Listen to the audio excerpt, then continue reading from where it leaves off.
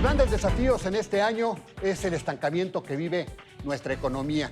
Y una herramienta fundamental tiene que ver con la inversión pública. Platicaremos esta noche con Alejandro Armenta. Él es el presidente de la Comisión de Hacienda y Crédito Público de la Cámara de Senadores. Lo invito a que nos acompañe. Uno de los temas pendientes en México es si habrá o no, si se requiere o no, una convención hacendaria, una reforma fiscal para que se cobren más impuestos localmente en el país. Es un tema pendiente y lo vamos a discutir aquí. Comenzamos. Hoy más que nunca tu economía y la mía están en juego. ¿Cómo te van a afectar las nuevas decisiones? ¿Tu dinero te va a alcanzar o no? Si no hay confianza, los inversionistas se van. Exacto. Soy Alberto Aguilar, don Dinero, y sé que para ti cada peso cuenta. Soy Luis Miguel González. Vivimos un escenario incierto. Y yo soy Carlos Mota. Portafolios, empresas y movimientos monetarios es lo mío. Los tres buscamos respuestas de todos los involucrados, desde gobernantes hasta empresarios. Hashtag Tu Economía en Juego te da respuestas claras y entendibles. ¿Quién, cuándo, pero sobre todo, cómo le van a hacer? La economía, cuando está en juego, debe merecer nuestra atención. Y que esta toma de decisiones sea favorable para nuestra familia y nuestro día a día. Por eso, hashtag Tu Economía en Juego comienza ya. Queridos amigos, muy buenas noches. Bienvenidos a una edición más de Hashtag Tu Economía en Juego. Hoy nos acompaña el senador Alejandro Armenta. Él es, senador de la República y además es presidente de la Comisión de Hacienda y Crédito Público en el Senado. Senador, ¿cómo estás, Alejandro? Bienvenido, gracias. Gracias, Carlos, Alberto. Gracias a ustedes por esta oportunidad. Buenas noches. Alberto Aguilar, ¿cómo estás? Hola, Carlos. Qué gusto saludarte. Muy buenas noches. Gracias. Bueno, pues conversar contigo un poco sobre cómo está el ejercicio del gasto, el presupuesto público. Sabemos que la economía de México está pasando por un proceso difícil. Hay un estancamiento notorio en la economía, de acuerdo a lo que se aprobó y las preocupaciones que hay de diferentes inversionistas. Pues lo que urge es reactivar la economía en México, y mi primera pregunta sería si tenemos las condiciones ya para que 2020 efectivamente se reactive en función de lo que el gobierno tiene que gastar.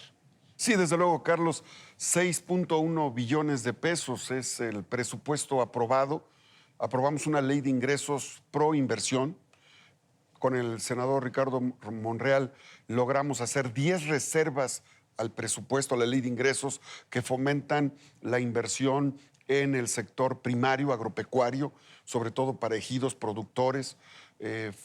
Apoyamos una reserva para reactivar la economía en materia turística, servicios, sector terciario y, desde luego, el impulso al sector automotriz desde los micro, pequeños, medianos empresarios, que son cadenas productivas en torno a la industria automotriz. Estamos nosotros claros que a la llegada de Arturo Herrera a la Secretaría de Hacienda, el principal reto que él llegó a enfrentar es la liberación de recursos.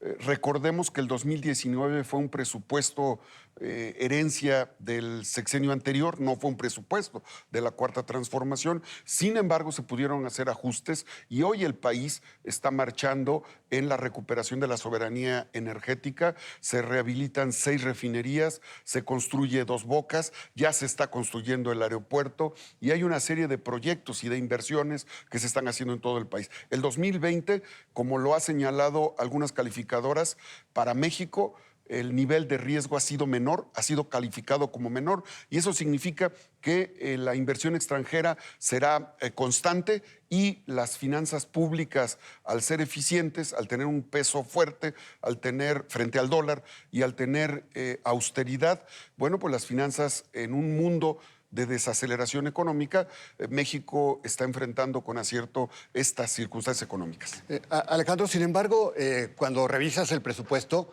trae una caída en el gasto de inversión del 6%, si no mal recuerdo. Y luego, cuando haces la comparación del nivel de la inversión pública con relación al PIB, estamos en niveles de los 30, de 1930 más o menos, cuando la economía era muy pequeña. Esto no es solamente responsabilidad de la actual administración, sino que esta caída viene dándose.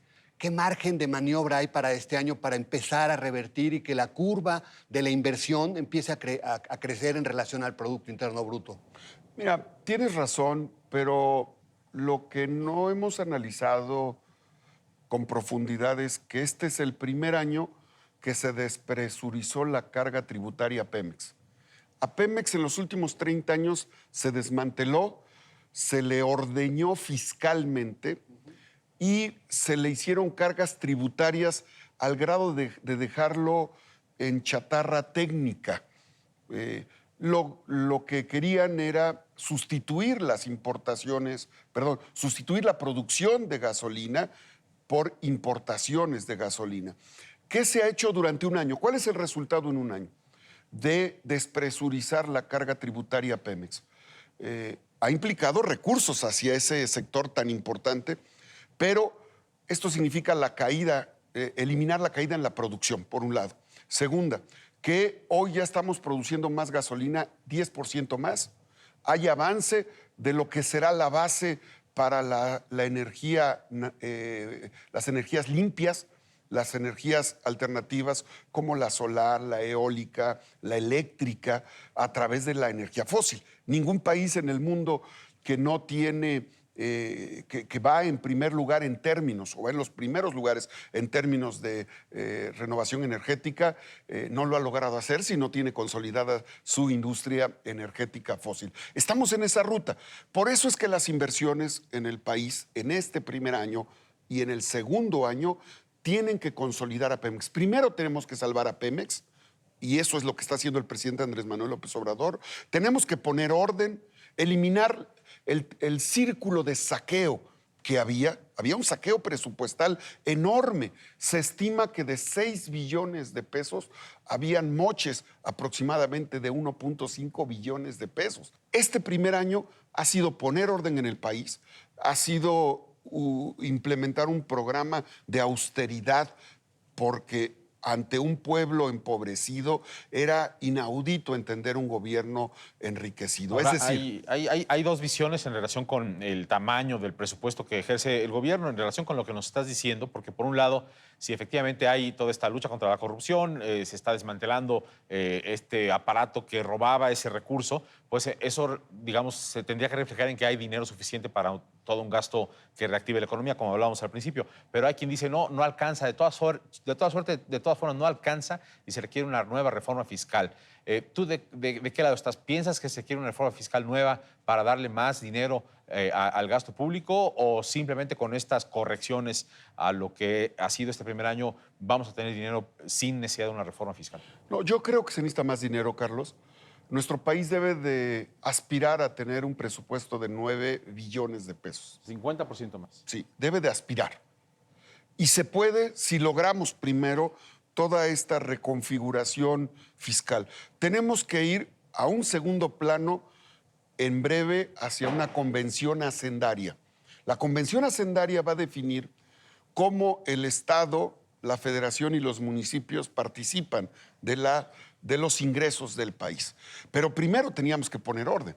¿De qué nos sirvió pasar, por ejemplo, de presupuestos en el sexenio de Calderón de 3 billones a 4.5 billones si había fugas presupuestales? De nada nos va a servir pasar de 6.1 billones a 9 billones de pesos si sigue habiendo defraudación fiscal, saqueo presupuestal, o si los gobernadores que hacen mal uso de los recursos tienen en sus manos con impunidad el uso excesivo de los recursos públicos. Tenemos, por ejemplo, que poner orden en la ley de disciplina financiera en los estados y municipios. Ya presentamos una iniciativa, ya está en Cámara de Diputados. Tenemos que revisar la deuda pública. Hoy México paga 720 mil millones de pesos de deuda en este año. Eso es grave, eso es criminal. Pagamos 2 veces el gasto en política social. Todos los programas sociales que el presidente tiene, desde Sembrando Esperanza, Sembrando Vida, el Adultos Mayores, el programa de becas, todos los programas en total valen 320 y tantos mil millones de pesos. Solo de pago a los bancos por la deuda heredada, que pasó de punto 3 a 10.6 billones del 94 al 2018, estamos pagando 720 mil millones de pesos. Esos son temas que hay que analizar a fondo, y bueno, también sin dejar de considerar el tema del sistema de ahorro para el retiro, que es un problema que hay que atender de fondo, y que al invertirse la pirámide poblacional, desde el 2013, el segmento de jóvenes dejó de crecer y empezamos a crecer los adultos mayores. Este es un tema que no se atendió en el pasado, que nos endeudamos y que no se tomaron las previsiones correctas. Entonces, hoy el país está poniendo orden, el presidente Andrés Manuel López Obrador está poniendo orden, nosotros en el Senado de la República, bajo la coordinación de Ricardo Monreal, estamos poniendo orden, eliminando la corrupción, y debemos de llegar a presupuestos, estimar presupuestos de 9 billones de pesos. Alejandro, ¿cuándo verán los inversionistas que están un poco desesperados porque la economía está muy estancada, muy paralizada? ¿Cuándo verán ya una reactivación del gasto público para que pues, ayude esto a mejorar la actividad productiva? Este año ha sido un año muy importante.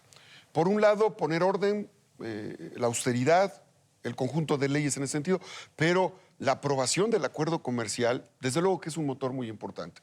Estamos hablando de un universo de más de 500 millones de consumidores. Estamos hablando, Carlos, Alberto, de que México ha desplazado a China como principal exportador hacia Estados Unidos.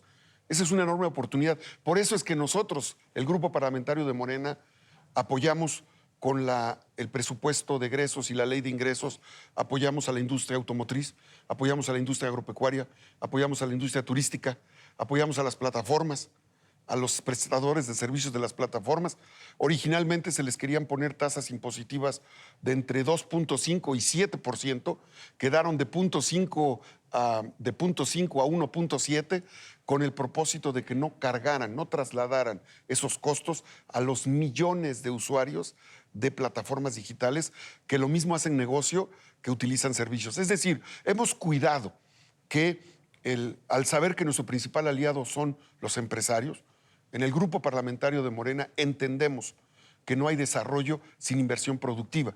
Y por eso, para nosotros los empresarios son nuestros aliados y con ellos estamos trabajando de la mano. Este año, al aprobarse el acuerdo comercial, al liberarse las inversiones de Santa Lucía, de las inversiones en carreteras, en hospitales, el programa de inversión que hay en el sector agropecuario, en el sector industrial, estamos estimando que a pesar de que en el exterior hay una desaceleración en materia económica, nuestro país va a tener desarrollo, que es lo más importante, desarrollo sobre el crecimiento. Pues Alejandro, se nos acaba el tiempo, desafortunadamente es muy breve nuestro programa, pero te agradecemos mucho que nos hayas compartido estas ideas. Gracias por venir acá. No, gracias a ustedes, Carlos, Alberto, por esta oportunidad y qué bueno que los ciudadanos se informen. Les hago entrega de este documento que hizo el senador Ricardo Monreal, que es el desglose de todo el paquete económico, las leyes de la miscelánea fiscal a favor de los empresarios. Trabajamos el paquete económico 2020 siempre pensando en los empresarios que son los generadores de empleo de nuestro país, micro, pequeños y medianos. Gracias, senador. Gracias a ustedes. Alberto, gracias. Gracias, Carlos. Gracias, senador. Y gracias a usted por acompañarnos en esta ocasión aquí en #Tu Economía en Juego. Nos vemos en la próxima.